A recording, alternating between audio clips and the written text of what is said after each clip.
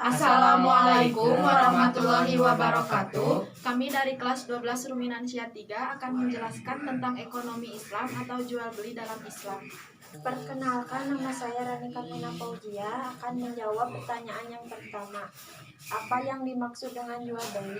Menurut bahasa, jual beli adalah tukar menukar secara mutlak. Berdasarkan pengertian tersebut, maka jual beli adalah tukar menukar apa saja, baik antara barang dengan barang maupun barang dengan uang atau uang dengan uang. Perkenalkan, nama saya Ripal akan menjawab pertanyaan nomor 2, yaitu syarat dan rukun jual beli. Berikut ini adalah rukun jual beli dalam Islam. Pertama, pihak yang bertransaksi adanya penjual dan pembeli. Kedua, barang dapat berupa barang atau jasa.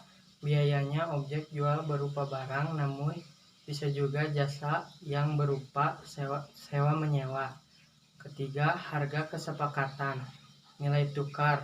Harga bisa berupa senilai barang dan senilai uang. Keempat, serah terima adanya penyerahan uang dari pembeli dan penyerahan barang dari penjual.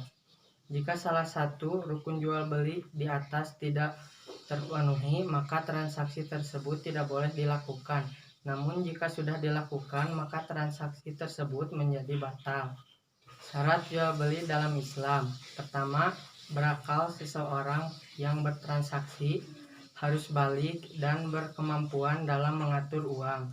Kedua, kehendaknya diri melakukan transaksi harus sukarela, tidak karena terpaksa. Ketiga, mengetahui para pihak harus mengetahui kejelasan barang dan harga jualnya. Keempat, suci barangnya.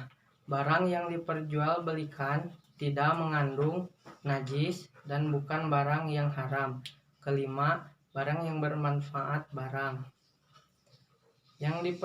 Yang diperjualbelikan bermanfaat dan tidak mubazir. Yang keenam, barang sudah dimiliki penjual. Sudah dimiliki hak menjual barang tersebut, baik barang tersebut sudah dibeli dari produsen ataupun telah memperoleh izin menjual barang dari pemilik barang. Ketujuh, barang dapat diserah terimakan.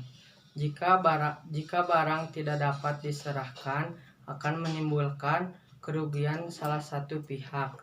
Kedelapan, ijab dan qabul transaksi harus saling berhubung, tidak terpisah meski berbeda tempat. Kesembilan, lafaz dan perbuatan harus jelas. Pengucapan menjual dan membeli harus jelas agar ada kekeliruan. Dalam melakukan transaksi jual beli yang sah sesuai dengan syariat, para pihak harus memenuhi 4 rukun dan 9 syarat transaksi di atas. Perkenalkan, nama saya Nila Nur Ajijah. Saya akan menjawab soal nomor 3. Jelaskan manfaat jual beli. Jual beli banyak sekali diantaranya. 1. Terjadinya transaksi. 2. Penjual dan pembeli dapat memenuhi kebutuhannya atas dasar kerelaan atau suka sama suka. 3. Saling menguntungkan. 4. Saling bertatap muka atau mengenal. 5. Masing-masing pihak merasa puas. Selanjutnya saya akan menjawab pertanyaan nomor 4. Apa yang dimaksud dengan riba? Riba dapat diartikan sebagai mengambil kelebihan yang dilakukan dalam bertransaksi dan bertentangan dengan syariat.